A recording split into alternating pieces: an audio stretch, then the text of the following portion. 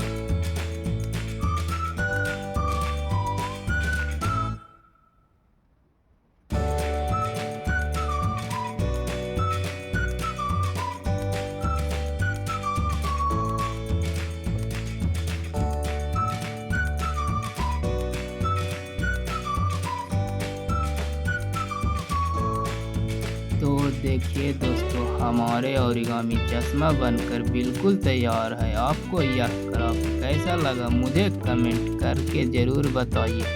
अगर वीडियो पसंद आया हो तो इसे एक लाइक ज़रूर कर दें और अपने दोस्तों के साथ शेयर करें। मिलते हैं अगले धमाकेदार पेपर क्राफ्ट वीडियो में। तब तक के लिए बाय बाय।